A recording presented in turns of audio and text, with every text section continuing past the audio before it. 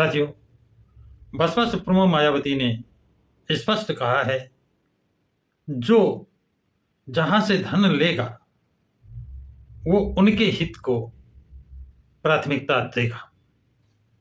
जो पूंजीपतियों से धन लेते हैं वो पूंजीपतियों का काम करते हैं। और उन्होंने उदाहरण भी दिया है, जो इलेक्ट्रॉल बॉन्ड द्वारा चंदा लिया गया है, उन्होंने ये सफाई भी दी या फैक्ट को बताया कि बसपा ही एक ऐसी पार्टी है जिसने किसी धन्ना सेठ से, उद्योगपति से चंदा नहीं लिया है। गरीबों के पैसे से ये पार्टी चलती है, इसलिए हमेशा गरीबों का ख्याल रखती है। और जो पार्टियां अमीरों से, पूंजीपतियों से चंदा लेकर काम करते हैं वो उनका ख्याल रखते हैं। इसी संबंध में उन्होंने जो 4 ट्वीट किए हैं बहुत ही महत्वपूर्ण हैं, उनको समझने की आवश्यकता है। मैं उन ट्वीटों को लगातार आपको पढ़कर बता रहा हूं। देश की अधिकतर पार्टियां बड़े बड़े पूंजीपतियों व धन्ना सेठों से धन बल के सहारे अपनी राजनीतिक गतिविधियां व चुनाव आदि लड़ाती हैं। जैसा कि वर्ष 2023 और 24 में इनको मिले अकूत धन के आंकड़ों से साबित है, जो इनके धन्ना सेठ समर्थक एवं गरीब व किसान विरोधी होने का प्रमुख कारण है। इसी क्रम में दूसरा ट्वीट जो किया है, मीडिया के अनुसार वर्ष 2023-24 में भाजपा को पहले, बीआरएस को दूसरे व कांग्रेस को तीसरे नंबर पर करोड़ों अरबों रुपए का चंदा मिला है, जबकि बीएसपी ही एक ऐसी पार्टी है जो अपने गरीब कार्यकर्ताओं के खून पसीने की कमाई पर ही निर्भर रहती है। अतः सहारा लेकर इशारों से पाक साफ है। तीसरा ट्वीट जो किया है उसमें लिखते हैं, इससे कांग्रेस के दोहरे चाल चरित्र व चेहरा का भी पर्दाफाश होता है कि वह पूंजीपतियों का विरोध करके संसद अवरोध करती है कि उन्हीं धन्ना सेठों से धन लेकर पार्टी चलाती है और सरकार बनने पर उन्हें लाभ पहुंचाने का कार्य करती है, जो इनकी राज्य सरकारों की कार्यकलापों से स्पष्ट है। और चौथा ट्वीट जो करती हैं उसमें लिखती हैं, इसी प्रकार भारत रत्न परम पूज्य बाबा साहब डॉक्टर भीमराव अंबेडकर के मामले में उनका व उनके अनुयायियों की अपेक्षा व तिरस्कार करती है, लेकिन उनके वोट के स्वार्थ की खातिर किस्म किस्म की छलावपूर्ण राजनीति भी करती है, जिससे लोगों को हमेशा ही सावधान रहने की जरूरत है।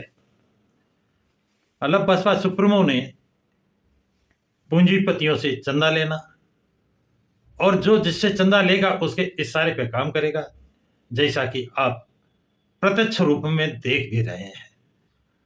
और जो इलेक्ट्रॉल बॉन्ड से चंदा का पर्दाफाश हुआ है उसमें भारत की बसपा पार्टी को छोड़कर, बीएसपी पार्टी को छोड़कर सभी पार्टियां पूंजीपतियों से चंदा लेते हुए रिकॉर्ड उनके खिलाफ उपलब्ध है।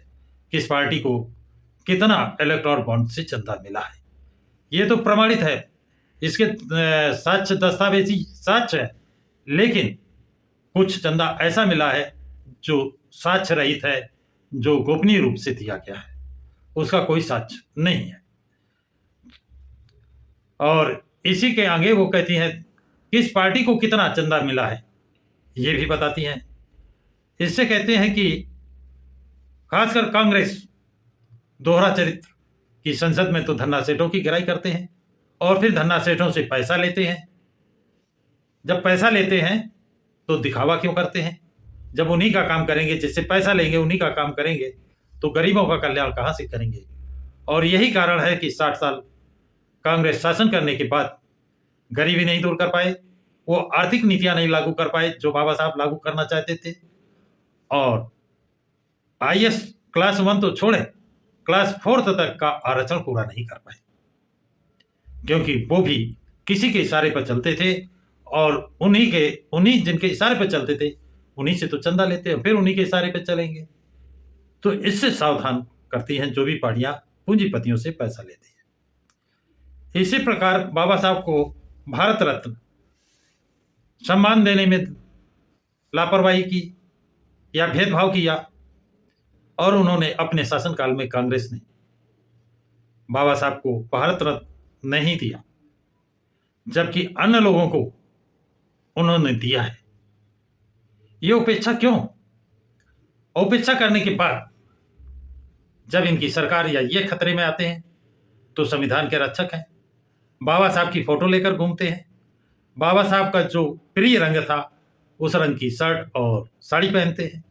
ये बहुरूपिया रूप क्यों धारण करते हैं? जो दिल में है वही सामने लाइए, उस सिद्धांत पर लड़िए। यदि आप बाबा साहब के अनुयायी हैं तो बाबा साहब की नीतियों पर चलिए, यदि आप गांधी जी के अनुयायी हैं तो गांधी जी की नीतियों पर चलिए, यदि आप सुभाष चंद्र बोस की नीतियों पर के अनुयायी हैं तो सुभाष चंद्र बोस की नीतियों पर चलिए, यदि आप आरएसएस की नीतियों के अनुयायी हैं तो आरएसएस की नीतियों पर चलिए।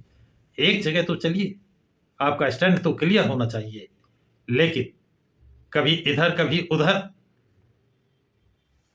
और साथियों, ये क्लियर है, जो दो नावों पर पैर रखता है वो कहीं का नहीं रहता है।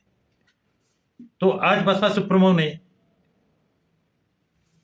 जो पूंजीपतियों से धन लेकर और उस धन का पानी की तरह बहा करके आपका वोट हासिल करते हैं, एन केन प्रकरण, तो अगर वो सरकार बनाएंगे, आपने अपना वोट बेचा है, तो भाई जब बेचा है, वोट की कीमत ले ली है, तो जिसने आपका वोट खरीदा है वो अपनी मनमर्जी तो चलाएगा ही।